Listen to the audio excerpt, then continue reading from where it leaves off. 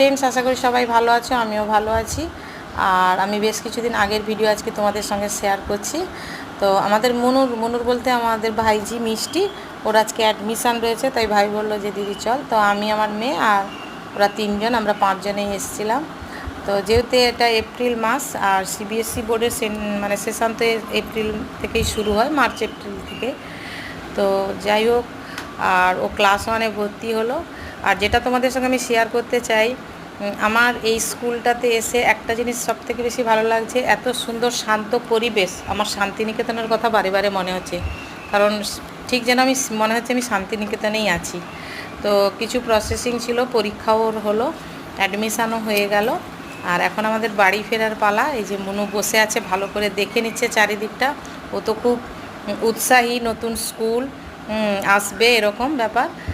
আর ওর ড্রেসের জন্য আমরা এখন যাব। যাই হোক, ভিডিওটা ভালো লাগলে লাইক করে দিও প্লিজ।